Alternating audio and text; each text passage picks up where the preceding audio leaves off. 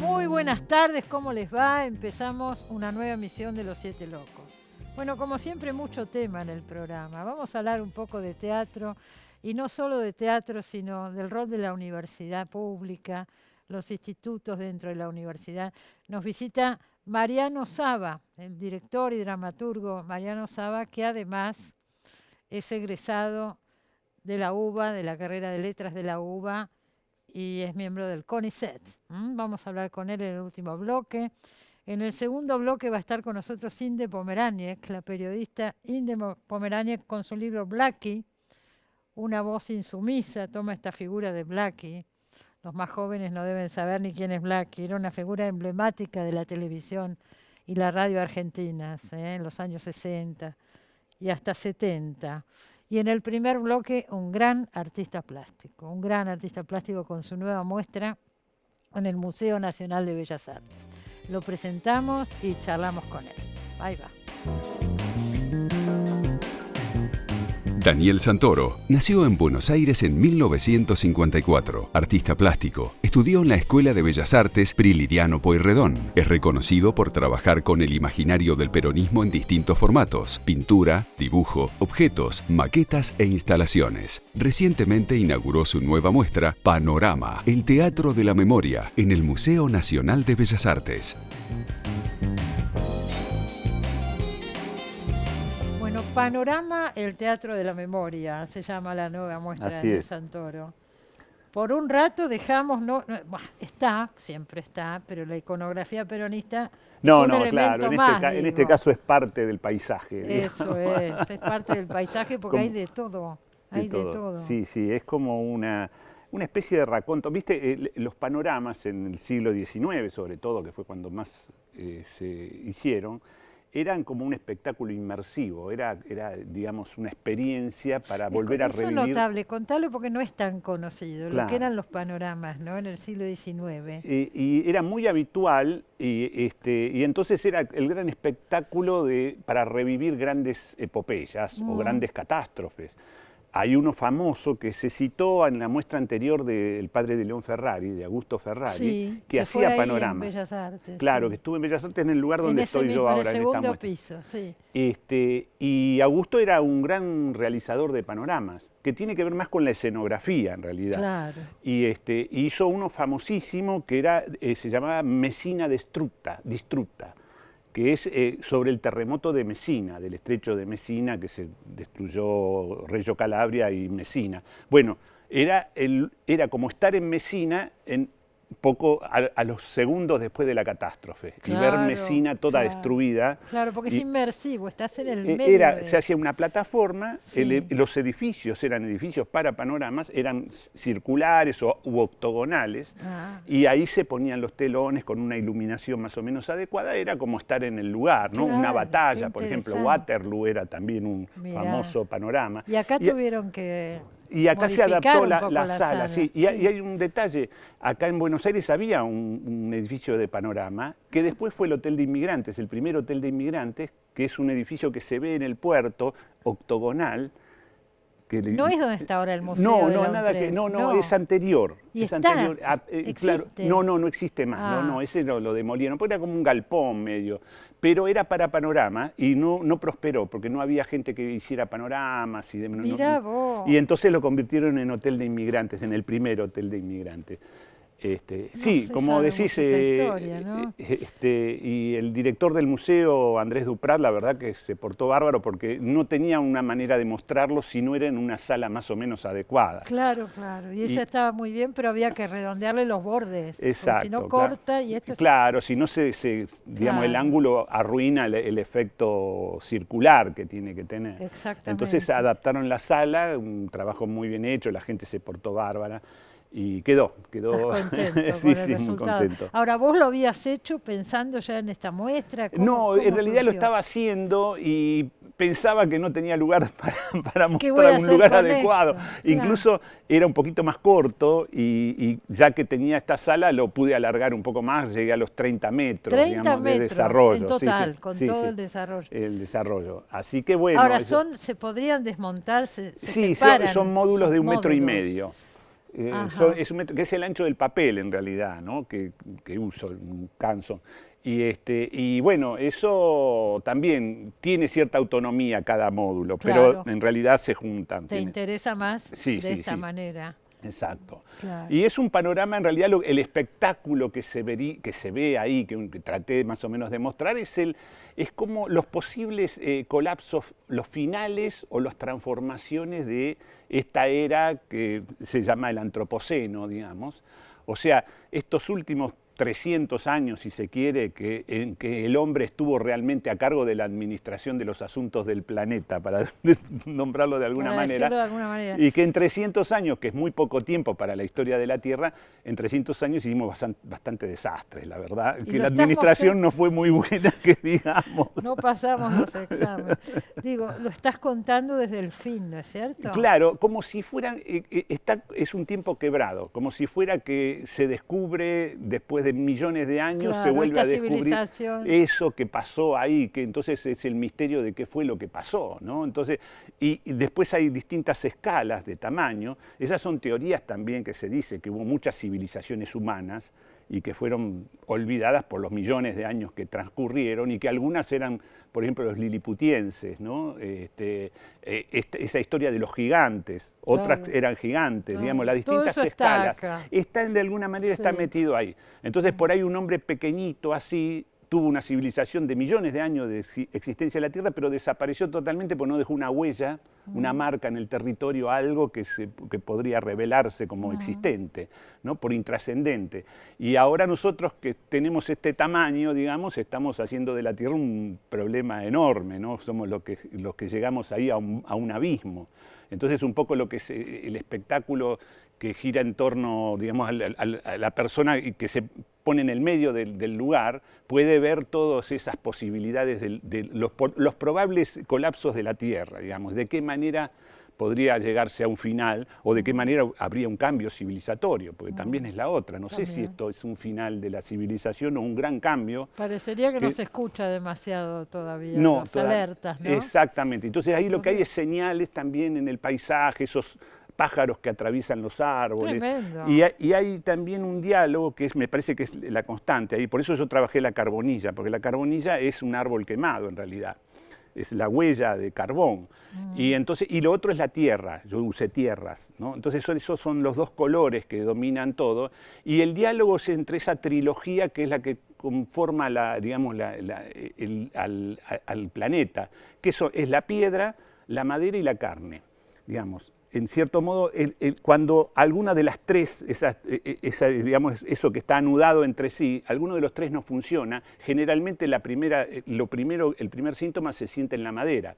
O sea, el bosque, la cubierta boscosa, que es el lugar donde la carne se protege. Entonces, la carne está mediada siempre por la madera. La madera alimenta, la madera extrae los nutrientes de la piedra y demás.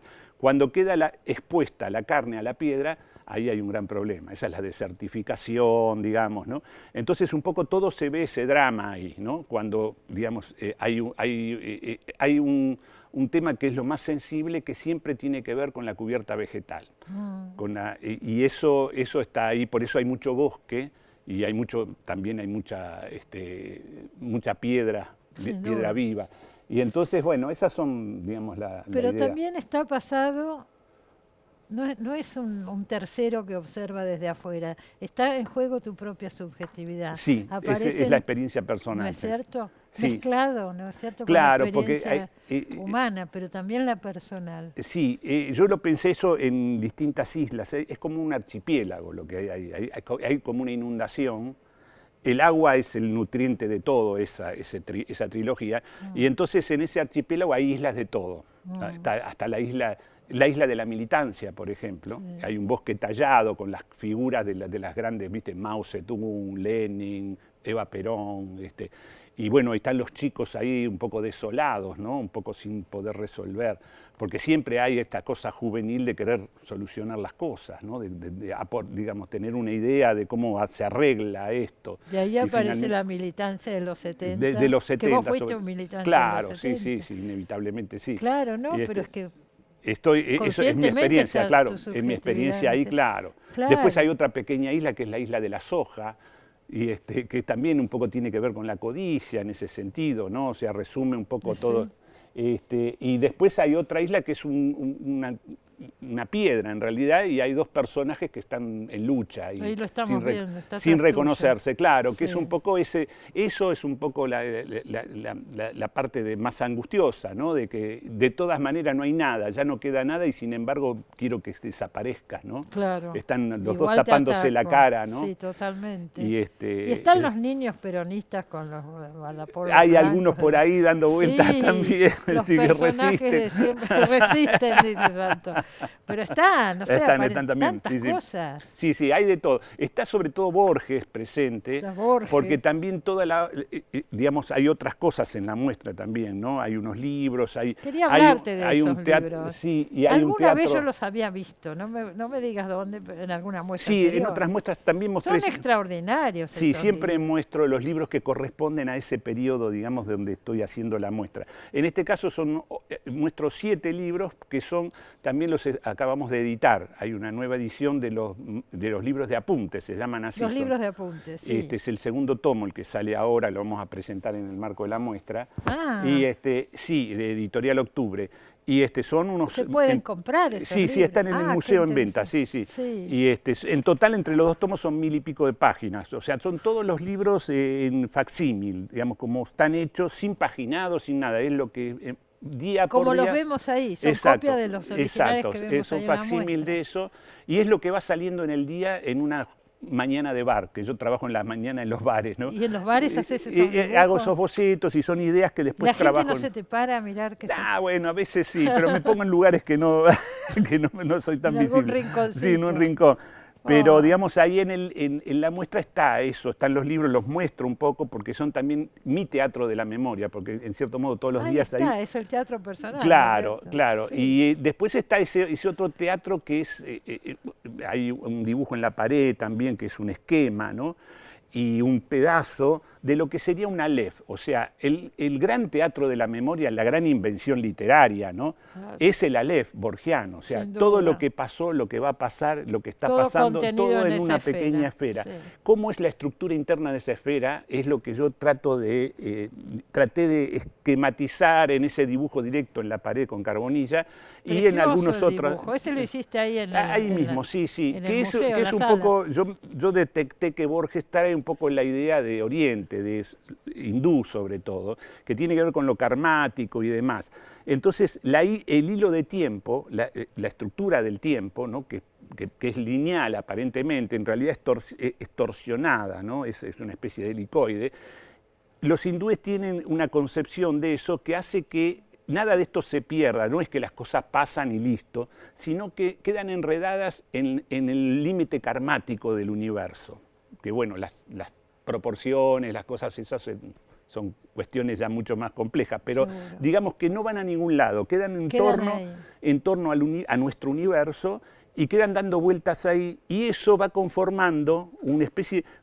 Por ahí la figura, la metáfora más linda sería como la madre hilando la lana y uno que está, una imagen que está en uno de los dibujos está, ¿no? Que estoy yo así con el hilo de lana, el hilo es el tiempo y la bobina que hila la madre, eso sería una especie de proto-Aleph, ¿no? O sea, todo está ahí y se pierde la dirección, ya no hay de acá para allá, sino que está en todas las direcciones, porque así se hila, se hace una bobina, y eso sería la estructura metafórica de un Aleph. Entonces yo lo traté digamos, de jugar con eso y de expresarlo incluso hasta en una maqueta, en los libros está muy visto eso también. A mí me resulta muy atractivo y muy interesante. Yo sé que vos tenés vínculo con Oriente, has viajado mucho a Oriente, un poco, has estudié estudiado. mucho, sí. y eso se ve en tu obra. Entonces esa mezcla de la iconografía peronista, elementos orientales, a mí me gustaría que hablaras un poco de tu búsqueda por ese lado. Mira, eso, bueno, precisamente, hay una cosa que ahora me acuerdo también de la muestra, que hice como un pequeño corte de ese Aleph, que está un poco esquematizado, hice como un pequeño corte y resulta como una especie de hormiguero con lugares y demás, que son las cosas, la persistencia de la memoria, ¿no? Uno, ¿por qué recuerda cosas, evoca cosas y un recuerdo lleva a otro insospechadamente, porque no tendría nada que ver, sin embargo, hay interconexiones internas, todo eso es como un hormiguero, ¿no? Hice ese corte así orgánico y entonces hay cosas que, por ejemplo, que te marcan desde el punto de vista incluso de las ideas políticas, de todo, pero hay un corte importante que es como una especie de precipicio en el dibujo no en el largo, sino en el que es el teatro de la memoria, ¿no? Que es personal. Sí. Y entonces ahí están los indios del Malón en un borde y después hay un gran precipicio, pero de libros, son bibliotecas, ¿no? Con lo cual no pueden pasar. Y del otro lado hay un hueco y está el bibliotecario. ¿Y el bibliotecario quién es? Horacio González. Horacio González. Y hay una especie de animal ahí que lo está como guardián, que es Sarmiento, que está en un diálogo. Un ratito pasaban ahí en las imágenes, lo veía, sí. Y entonces bueno, aparece también esos dibujos que vos hiciste del Bar La Paz, me acuerdo hace unos años, que está María Moreno, exacto, Piglia, bueno, ahí están también. También por están eso ahí. Aparece todo, ahí está Sarmiento. Aparece todo, ¿no es cierto? Ahí Sarmiento en la fuente, las patas en la fuente, la famosa, pero está Sarmiento saliendo del centro de la fuente. Mezclando. Entonces las cosas se empiezan a complicarse. Se complican en medio de todas estas ramas, ¿no? Sí.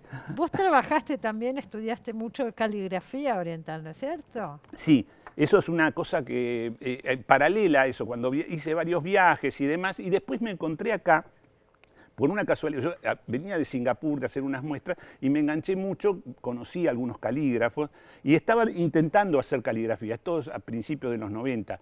Y en el Bar La Paz, precisamente, ¿no? Ahí pasaban muchas cosas. Claro, todo pasa, o sea, el tema es el tiempo que uno esté en el bar. Si uno está el tiempo necesario, todo va a pasar, todo va a pasar. Y entonces estaba ahí, una mañana me acuerdo, y pasa un chino pero con el trajecito Mao, o sea, un chino bien de la burocracia, con anteojos así bien, y se para, mira y me hace así con el dedo, ¿viste? Como diciendo. Entonces lo invito a pasar, ¿viste? Un chino, digo. Y el tipo, ¿sabés qué era? Venía de la casa de María Kodama. Ahí mismo, pasaba por la avenida Corrientes. Venía de la casa de María Kodama y era el traductor oficial de Sinolingua, era el director de Sinolingua de la lengua española.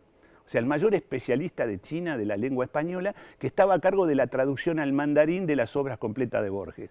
Por eso venía... ¿Vos sabés una cosa? Y vos sabés que él me enseñó, hicimos curso con él, o sea, el mejor maestro de chino, que finalmente hace unos 5 años atrás, todavía vivía María Kodama, se presentaron las obras completas de Borges, que demoró como no sé cuántos años, al chino mandarín, que la tradujo él, que se llama Lin Jiang, es un gran personaje de la literatura china. Así que, y eso pasó por el Bar La Paz. Pero no solamente pasó por el Bar La Paz, yo lo que digo no estoy segura, pero yo que por suerte tengo todo catalogado el archivo de este programa, porque una vez vino a Los Siete Locos María Kodama con un oriental, sería él, que era el traductor de Borges. Y bueno, es el Lin Jiang. Claro, mi duda es si era al chino o al japonés en ese momento. No, al mandarín. Al mandarín, tiene que haber sido él. Vamos a buscar ese tape. Tiene que existir. Tiene que estar, sí. Estuvo acá en el programa. Sí. Un gran personaje, una persona adorable. Él mismo se prestó ahí y yo llevé un montón de gente, hicimos cursos durante 6 meses, curso de chino mandarín. ¿Por qué empezó tu vínculo con Oriente? ¿Cómo fue? Porque me invitaron una vez a los 25 años de la independencia de Singapur. Mira. Y se hacía un festival de artes. Y yo, como trabajaba temas orientales, así como, digamos, en mi obra, ¿no? Sin ninguna otra consecuencia, pero les gustó la obra y viajé. a Singapur y de ahí en más me quedé atrapado en esa cultura. Sí, muchísimo, muchísimo. Sí, sí, sí. Digo, porque de la iconografía peronista a los ideogramas... Los mezclé, hice un mix raro, pero salió bien. Algo salió. Sí, claro, porque uno lo reconoce viendo las imágenes. Por ahí no puede explicar bien dónde está la influencia, pero está. Pero está, ¿no? Sí, sí, sí, sí, es verdad, es verdad. Me parece. ¿Qué otro tipo, por ejemplo, lo que vos haces, todos los cuadros del primer peronismo, toda la iconografía, digo, eso está tomado de los manuales de esa época, los libros mucho de los manuales, de los libros de propaganda y demás. Es decir, hay ahí una cosa muy rara que pasa con el peronismo, que no tiene una, digamos, si uno dice la propaganda peronista, ¿qué es la propaganda peronista? La propaganda peronista es toda la propaganda política desde el New Deal norteamericano, tiene mucho del confort norteamericano que pasa a la propaganda, hasta la propaganda soviética o la propaganda fascista. O sea, es la de la época, por ahí. Claro, tiene que ver con la época y el peronismo siempre tiene una ambición barroca, o sea, se acumula. Ajá. Todo por ejemplo, si uno toma... ¿Cuál es la vivienda típica del peronismo? El chalecito californiano, se dice, ¿no? Y el chalecito californiano en realidad es la vivienda ideal de las afueras de Los Ángeles. Claro. O sea, no es un diseño. En realidad son todas las ideas de cómo se es feliz en la vida, ¿no? Una familia feliz. En un chalecito californiano, ¿viste? Con un lindo jardín y demás. Entonces, por ejemplo, la vivienda del peronismo, la idea de felicidad, porque ese es un poco el núcleo duro, la idea de felicidad no está en una vivienda obrera, en un monobloc, por ejemplo, como podría ser los soviéticos, o, digamos, o como hacían los milicos en la década del 60, Onganía, por ejemplo. Los monobloc, la vivienda obrera es una cosa de los milicos. El peronismo no, el peronismo es Ciudad Evita, el jardín, el chalecito, la verja, las cortinas de voile suizo, el piso de robles de eslabonia. Hay mucho goce. Eso era más de Evita, claro, ¿no? sobre todo Eva Perón, que traía ese tipo de goce, lo traía de las películas de Hollywood. Ella lo que quería es hacer casas de película. Y entonces había ahí una mezcla. Es muy raro eso como idea política, digamos, ¿no? Porque va en contra de la economía, en contra de todo, ¿no? De los merecimientos, por ejemplo. Eso está muy bien contado en la biografía de Eva Perón de Alicia Duhovne Ortiz. Exacto, muy buena. Está muy bien contado ahí, ¿no es cierto? Sí, sí, sí, sí. Transgrede todo. Ella decía que, claro, para que los niños pobres no tengan que envidiar, le daba la cosa de los ricos. Claro, las entonces, entonces no se les Claro. enfermaba el alma, como decía, ¿no? O sea, porque no envidiaban, no iban a ser resentidos. Como en el lenguaje, digamos, ¿no? De Barrio Norte es mucho, ¿no? El negro resentido y demás. Claro. Ella ahí atacaba, ¿no? Es muy interesante eso como idea política. Bueno, y vos lo has llevado... Y yo un poco trabajo eso porque tiene esa cosa... Un poco bastante. Sí. Pero ahora lo deja un poco de lado y lo incorpora está a dentro este teatro de la memoria. Exacto, sí. ¿Hasta cuándo sigue? Hasta noviembre, digamos, todo el mes de noviembre. Hasta fin de noviembre. Sí. Bueno, hay tiempo de ir a verlo. El Museo Nacional de Bellas Artes, acá cerquita del canal. Gratis, recordemos siempre. Sí, que es totalmente nuestro gratis. Museo Nacional y es gratuito. Gracias por haber venido. No, Daniel, gracias a vos, siempre. Cristina, por la invitación. Bueno, nos vamos a un corte, enseguida volvemos.